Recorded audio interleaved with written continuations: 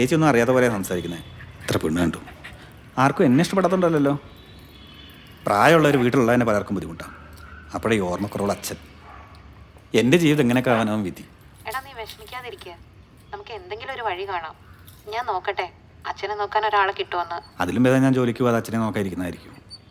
എനിക്ക് കിട്ടുന്ന നമ്മളതിനൊക്കെ ഇരട്ടിയാണ് അവർ ചോദിക്കുന്നത്. ചേച്ചി ബുദ്ധിമുട്ടുണ്ട, എനിക്കറിയാം എന്താ വേണ്ടതെന്ന്. ഇവിടെ ഓൾഡ് ഏജ് ഹോമൊക്കെ ഉണ്ടല്ലോ. നീ എന്താടാ ഈ പറയുന്നേ?